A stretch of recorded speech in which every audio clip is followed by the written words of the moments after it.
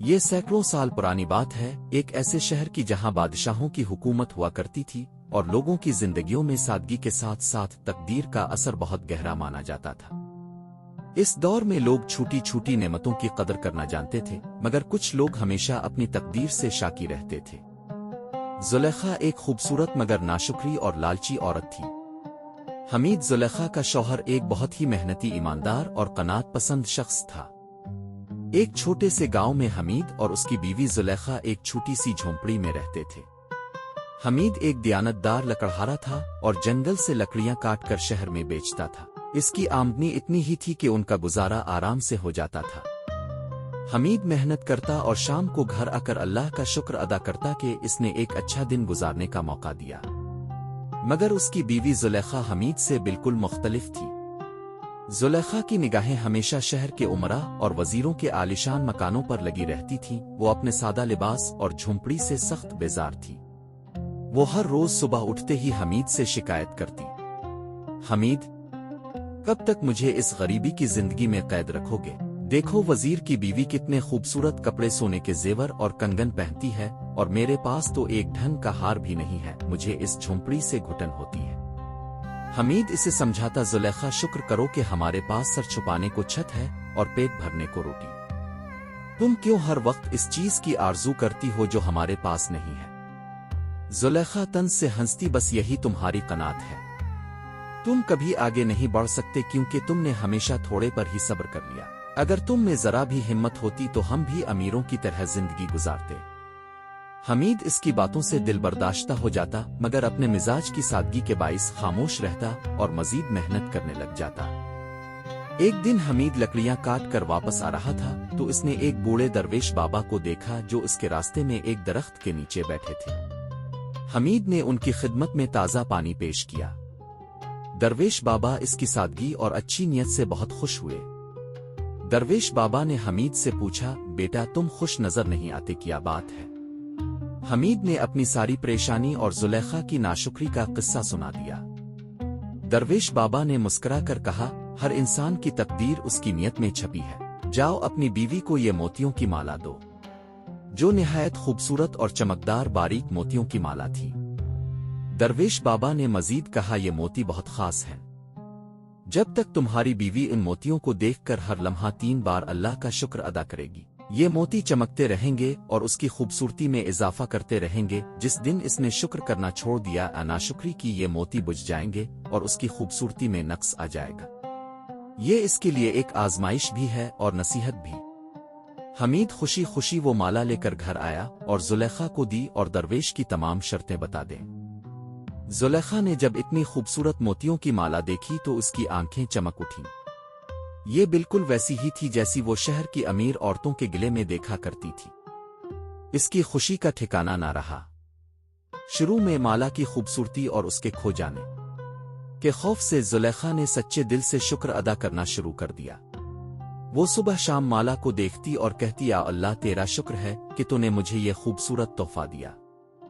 دوسرے دن زلیخا نے گھر کے کام کرتے ہوئے شکر ادا کیا، الحمدللہ، میں کتنی خوش نصیب ہوں کہ یہ مالا میری ہے۔ موتیوں کی چمک کچھ اور بڑھ گئی۔ زلیخا اب ہر جگہ اس مالا کو پہن کر جاتی۔ اس کی خوبصورتی اور مالا کی چمک نے سب کی توجہ کھینچ لی۔ لوگ اس سے پوچھتے کہ یہ مالا کہاں سے ملی۔ شکر گزاری کی برکت شروع ہوئی۔ حمید کی آمدنی میں اضافہ شکر گزاری کی وجہ سے ان کے گھر میں سکون آیا، جس کا اثر حمید کی محنت پر پڑا۔ حمید جنگل سے لکڑیاں کاٹ کر بازار میں بیچتا تھا۔ ایک دن شہر کے تاجروں نے اسے اچھے اور خاص قسم کی لکڑیاں کاٹنے کا کام دینا شروع کر دیا، جس سے اس کی آمدنی دوگنی ہو گئی۔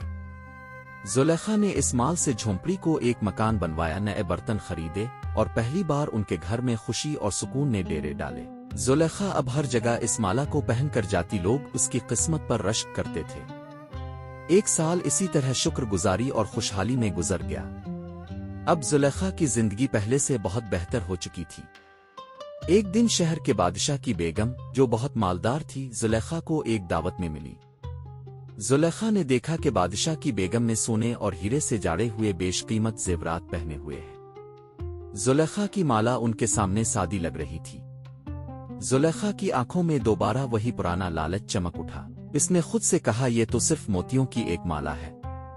وہ بادشاہ کی بیگم کے سونے اور ہیروں کے ہار میں کھو گئی اور درویش کی تمام نصیحتوں کو بھول گئی اور کہنے لگی اس موتیوں کی مالا نے کیا ہے؟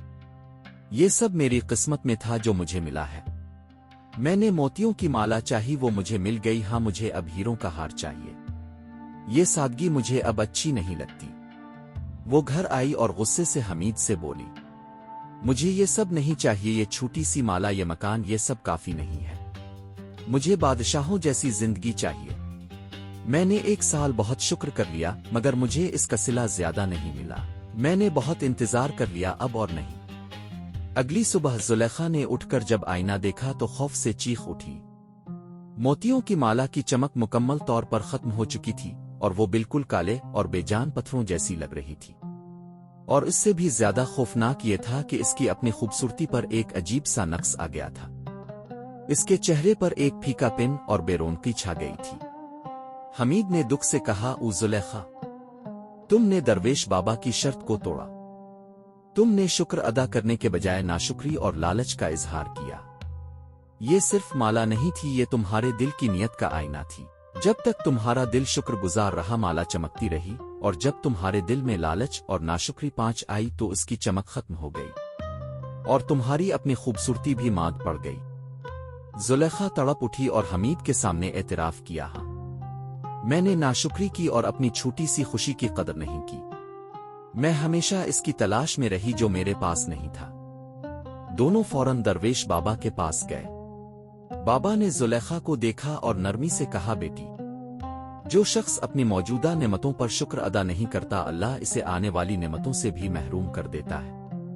ناشکری ایک ایسی بیماری ہے جو انسان کی روح اور اس کی ظاہری چمک کو بھی کھا جاتی ہے۔ شکر صرف زبان سے نہیں بلکہ دل کی نیت سے ہوتا ہے۔ درویش بابا نے اسے بتایا کہ اگر وہ سچے دل سے توبہ کرے اور ہر چھوٹی چھوٹی چیز پر اللہ کا شکر ادا کرنے کی عادت ڈال لے تو یہ مالا پھر سے چمک اٹھے گی۔ چند ہی ہفتوں میں ایک معجزہ ہوا۔ مالا میں آہستہ آہستہ چمک واپس آنے لگی اور ساتھ ہی زلیخا کے چہرے پر ایک روحانی نور اور سکون آ گیا۔ اب جب وہ مالا پہنتی تو وہ مالا صرف موتیوں کی نہیں بلکہ شکر گزاری کی روشنی کی مالا کہلاتی تھی۔ زلیخا اور حمید نے باقی کی زندگی قناعت اور شکر کے ساتھ گزاری۔ زلیخا کو بالاخر یہ بات سمجھ آ گئی کہ زندگی کی سب سے بڑی دولت قناعت اور شکر ہے۔ سبق یہ ہے کہ ناشکری زوال اور لالچ تباہی لاتا ہے۔ جب اللہ کوئی نعمت دے کر زندگی میں بہتری لائے تو ہمیں اسے دیکھ کر مزید کا لالچ کرنے کے بجائے پہلی نعمت کا شکر ادا کرنا چاہیے تاکہ اللہ اسے مزید دائمی بنا دے۔